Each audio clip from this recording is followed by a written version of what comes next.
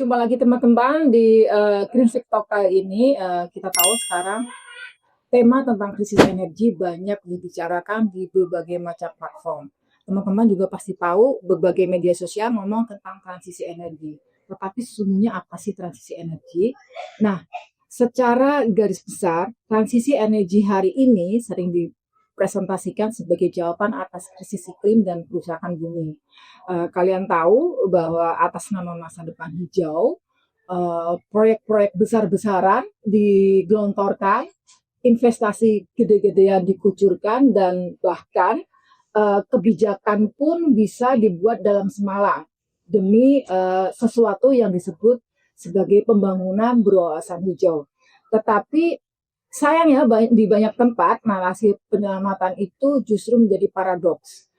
Disebut paradok karena narasi penyelamatan itu justru menyisakan pertanyaan tentang hutan-hutan yang dibabat, tentang tanah yang hilang, kemudian tentang komunitas yang terdampak. Green Fig Talk kita kali ini akan mengambil tema tentang transisi energi, tambang nikel, dan dosa hijau. Di edisi Green Fig Talk kali ini kita telah kedatangan tamu istimewa, Mas Eko Cahyono. Halo Mbak. Ya, Mbak. Mas Eko telah Sama-sama, Mbak, meluangkan waktu bersama kami untuk ngobrol bersama teman-teman Green Fig Talk. Mas Eko ini adalah peneliti ekologi politik di Sayogo Institute, di mana dulu beliau juga pernah selama beberapa tahun menjadi direktur di sana. Dan beliau ini aktif sebagai advokat isu sumber daya alam yang lama terlibat mendampingi kasus-kasus tambang bersama masyarakat sipil, pernah membantu KPK dalam isu yang sama, juga Komnas HAM. Mas Eko, di belakang layar tadi, Mas Eko sempat bilang bahwa tema kita ini tentang transisi energi, terus kemudian tambang nikel dan dosa hijau ini, panjenengan bilang isunya ngeri-ngeri sedap. Ya. Ngeri-ngeri sedapnya versi Mas Eko ini seperti apa ini? Iya, menurut saya soal transisi energi ini kadung sudah latah dipakai sebagai satu program besar nasional ya, tapi sayangnya tidak banyak dilihat secara kritis. Sayangnya perspektif kritis atas transisi energi kan masih minim gitu, seolah ini sesuatu hal yang nggak ada salahnya. Gitu. Nah, yang ngeri-ngeri sedapnya apa? Kita tahu bahwa kalau kita ngomong kritis terhadap satu kebijakan nasional, hari ini kita tahu ada banyak kasus yang dari kawan-kawan kita yang justru menyuarakan kritisisme itu menjadi satu hal yang negatif gitu.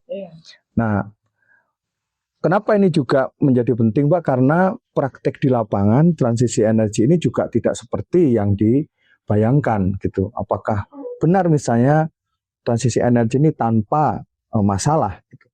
Apakah benar-benar dia memberi manfaat buat masyarakat sekitarnya atau tidak? Bahkan ada gugatan di teman-teman gerakan isu-isu agraria dan energi ini bukan memakai transisi energi istilahnya, tapi energi bersih apa kotor. Nah, ini satu penandasan penting. Jadi bukan soal ini transisi atau tidak, tapi ini benar-benar bersih atau kotor. Bahkan ada gugatan lain, kalau dia bersih untuk siapa? Nah, kalau dia aman menurut siapa? Nah, terlebih menurut saya, kenapa ini juga yang melihat karena kalau kita ngomong energi di lapangan itu seolah-olah dia nggak punya tanggal lahir gitu. Padahal isu energi ini ada tanggal lahirnya, seolah-olah kita semua latah memakai isu energi ini sesuatu yang netral, alamiah, terjadi enggak. Ini ada tanggal lahirnya, yakni industri ekstraktif di Eropa. Gitu. Sejak lahirnya dia punya DNA yang sama. Ada 3 hal dari DNA-nya itu ketika energi lahir. 1, ekstraktivisme, akumulasi, dan dominasi. Jadi mau ngomong ditambah transisi, ditambah hijau, ditambah merah, hitam, itu sama. DNA-nya itu tidak akan lepas. Nah, ini yang saya kira ngeri-ngeri sedap itu, Mbak. Jangan sampai ngomong energi ini dilepaskan dari konteks historisnya sendiri, dari genealogy of knowledge-nya tadi, dan penting dilekatkan perspektif kritis melihat itu hari ini. Energi itu untuk siapa? Siapa yang paling banyak diuntungkan dan siapa paling banyak dirugikan? Nah, dengan pertanyaan mendasar begitu kita akan dudukkan nanti. Proyek besar ini sebenarnya menjawab masalahnya siapa dan siapa yang harus didahulukan untuk mendapatkan manfaat dari program ini. Menarik sekali Mas. Jadi proyek besar transisi energi ini menjawab kebutuhan siapa? Karena bila kita lihat ketika dunia berbicara tentang mobil yang listrik, semuanya yang energi yang berasal dari listrik, kemudian memakai baterai yang katanya lebih ramah lingkungan, akan tetapi justru daerah-daerah di Indonesia, di daerah-daerah tambang, industri ekstraktif nikel sangat luar biasa masif. Nah, pada titik ini, apakah benar industri ini benar-benar bisa memajukan masyarakat walaupun iming-iming awalnya mereka akan ditampung dalam hal lapangan pekerjaan, kondisi ekonomi mereka baik, akan tetapi ternyata jauh panggang dari api kan. Nah, di mana laut mereka sudah terlanjur tercemar dan nelayan sudah tidak bisa mencari iklan. Kemudian ladang-ladang yang sudah tidak bisa ditanamin lagi. Sementara di situ ada industri yang luar biasa yang tidak mempekerjakan mereka. Ini yang menjadi kegelisahan kita semua. Bagaimana Mas Eko melihat potret-potret seperti ini? Ya, menurut saya confirm ya, itu saya temukan juga di penelitian saya di tahun 2024 lalu bersama Transparansi Internasional Indonesia untuk kasus hilirisasi nikel di Maluku Utara. Kami lakukan action riset lapang dan live in di beberapa desa, fokusnya di desa-desa sekitar tambang nikel, baik di Halmahera Tengah maupun di Halmahera Tengah dan Halmahera Timur. Nah, riset ini juga sudah dijadikan film Kutukan Nikel oleh teman-teman Wasdog. Bisa ditonton juga di sana. Tapi pertanyaan tadi terkonfirmasi dalam temuan kami bahwa di hulunya bilangnya ini hilirisasi, transisi energi dengan jargon-jargon bahwa dia hijau, bahwa dia ramah lingkungan, tapi praktik di lapangan justru menyisakan satu pertanyaan, emang hijau otomatis justice? Emang hijau otomatis berkeadilan sosial, ekonomi, dan ekologi? Ternyata tidak. Ini menurut saya titik berangkat yang menarik Mbak untuk menganalisis isu transisi yang diklaim tadi punya legitimasi ramah lingkungan dan green katanya. Maka pertanyaan pertama yang ingin saya ajukan adalah green menurut siapa? Yang kedua, emang kalau green otomatis justice? Emang kalau ramah lingkungan otomatis berkeadilan secara sosial dan ekologis? Nah, temuan kami menunjukkan sebaliknya. Wilayah-wilayah yang desa-desa sekitar tambang yang menjadi prioritas dari nikel di Maluku Utara justru mengalami hampir semua yang kita sebut sebagai krisis ekosistem itu. Baik secara sosial, ekonomi, budaya, dan lain-lain. Misalnya, desa-desa sekitar nikel di Halmahera Tengah itu hampir semua krisis ekologis itu mereka rasakan, baik lautnya tercemar tadi, perampasan tanah, kebun mereka, bagaimana mereka sistem livelihood-nya sebenarnya sumber mata pencahariannya bersandar pada kebun dan hutan yang sudah cukup baik sekarang hancur dan mereka tidak lagi bisa mandiri secara ekonomi.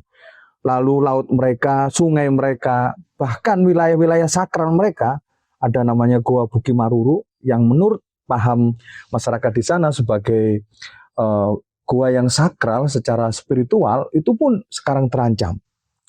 Di Halmahera Timur sama, di Halmahera Timur ini ada namanya Bukit Watu, ada pegunungan Watu-Watu, perbukitan Watu-Watu. Ini ada gerakan untuk menyelamatkan Save Watu-Watu itu karena ini wilayah yang sakral juga secara spiritual. Artinya apa? Bukan hanya yang menjadi sumber kehidupan harian masyarakat, tetapi juga hal-hal yang menjadi sumber-sumber kepercayaan lokal dan masyarakat adat yang sifatnya spiritual itu pun nggak luput dari perusakan itu. Nah, tentu banyak penjelasnya Mbak, tetapi ada satu konsep yang menjelaskan itu dan kita bisa diskusikan ke relevan atau tidak, yaitu yang kita sebut kutukan sumber daya alam gitu. Ya. Iya, natural course itu. Nah, apa cirinya? Daerah-daerah yang punya kekayaan alam tinggi, dalam hal ini tambang nikel misalnya, tidak bergaris lurus dengan tingkat kesejahteraan masyarakatnya gitu. Jadi rakyatnya kaya, alamnya kaya, tetapi rakyatnya miskin. Bahkan cenderung mengalami beragam pelibat gandaan krisis sosial ekologis di wilayah itu. Nah, ini yang disebut cuma sebagai kutukan sumber daya alam. Kenapa sih? Dan itu nggak hanya ada di Halmahera Tengah dan Timur, kita tahu di Morowali, di Papua, di Kalimantan yang punya kekayaan alam ini kenapa justru tidak berbanding lurus dengan tingkat kesejahteraan masyarakatnya. Ini kan yang tragis gitu, Mbak. Mengapa sih masyarakat yang alamnya melimpah kekayaannya, tapi tidak otomatis kesejahteraannya terjamin? Mari kita buat kesejahteraan itu tidak absurd ya. Mungkin abstrak itu kesejahteraan. Oke, banyak cara mengukurnya.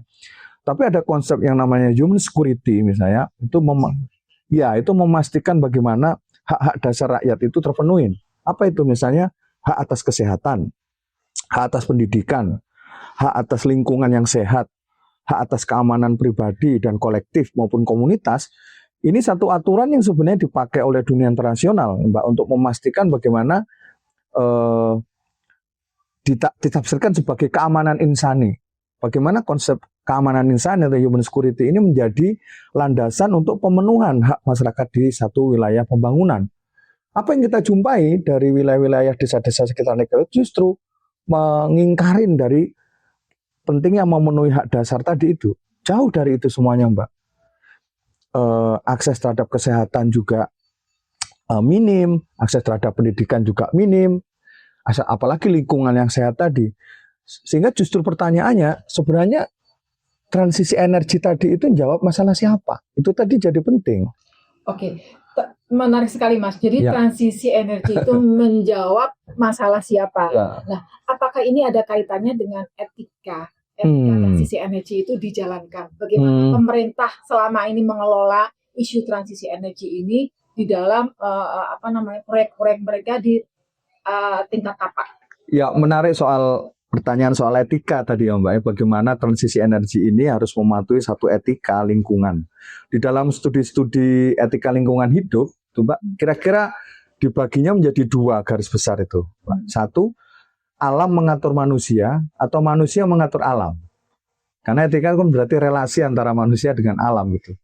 Nah, setidaknya ada tiga model di dalam etika lingkungan hidup di banyak pustaka ya. Satu yang disebut anthropocentrism, yang kedua biocentrism, yang ketiga ecocentrism. Nah ini kira-kira penjelasannya adalah kalau anthropocentrism itu manusia penguasa atas alam, lalu alam diposisikan sebagai pelayannya. Sehingga boleh dieksploitasi, diekstraksi, dan lain-lain untuk melayani kepentingan manusia. Jadi alam kayak komoditas dan benda mati gitu.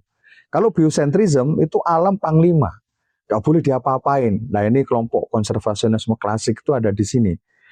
Itu kira-kira. Lalu yang ketiga adalah ecocentrism. Ini pendekatan di mana antara manusia, alam, dan isinya itu seimbang. Gitu. Nah, kembali ke pertanyaan dasar tadi, lalu bagaimana etika lingkungan hidup ini dalam konteks transisi energi?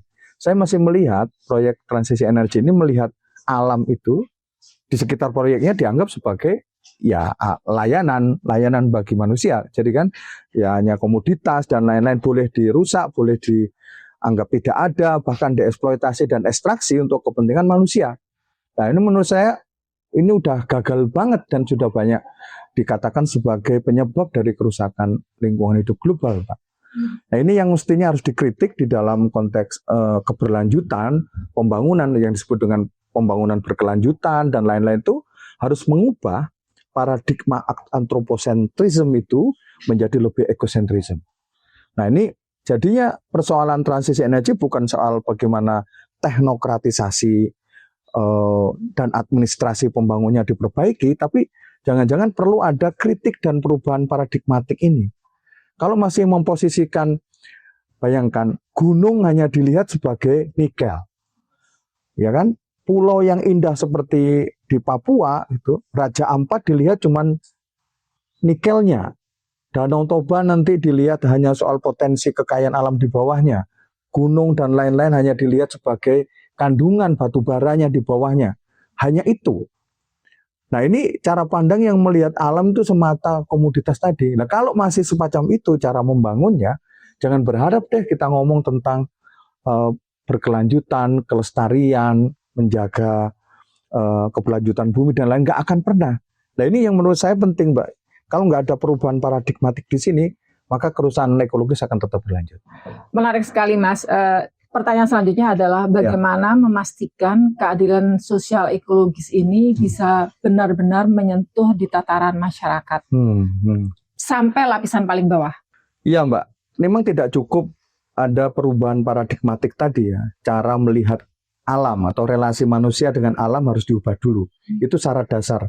Syarat dasar kedua agar proyek-proyek pembangunan termasuk transisi energi bisa berimplikasi terhadap keadilan sosial dan ekologis tadi, itu juga harus masuk pada bagaimana memastikan satu governance, tata kelola yang memiliki satu etika di dalam pembangunan itu. Biasanya ada empat prinsip bagaimana hal itu bisa diwujudkan sesuai dengan tujuan keadilan tadi. Bagaimana pemerintah menjalankan transisi energi ini benar-benar bisa berkeadilan? Ini realitas yang saya temukan. Ada rayuan religius gitu untuk menaklukkan mereka dengan cara yang Islam dibawa haji dan umroh, kemudian yang Kristen dibawa ke Yerusalem gitu.